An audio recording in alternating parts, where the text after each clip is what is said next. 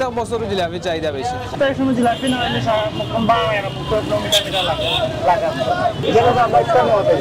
240 টাকা, পেঁয়াজি কেজি হইল 220 টাকা, কুনি হইল পিস 60 টাকা, আলু চপ 60 টাকা, আসান হইল 220 টাকা, সান্না পেঁয়াজি জিলাপি আলুর চপ ডিম চপ রাইস হইল অনুমানিক 60-70 কেজি হইতো আছে ভাই। আলু চপ ডিম চপ বেগুনি পেঁয়াজি আর 30 টাকা পেঁয়াজি দে, সবজি বড়া আছে। জিলাপি ভাই 260 টাকা ছোটটা, এমনি আছে ভাই আপনার ছোটটা আছে 260 টাকা, আর বড়টা আছে 240 টাকা। খাজা আছে, বুন্দিয়া আছে, আখনি আছে, খেজুর আছে, নিমকি আছে।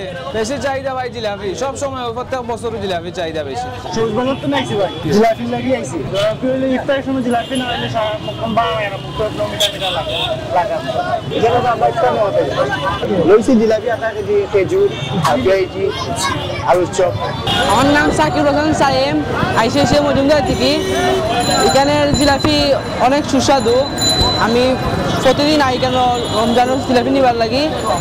এরপরে জিলাপির দাম ধরেন 250 টাকা, 1 কেজি 150 টাকা হইলে আর কি। জিলাপির পাশাপাশি হয়েছে গিয়া ধরেন পোলাও, এরপরে হয়েছে গিয়া পেঁয়াজি চানা আরও ইত্যাদি আর কি।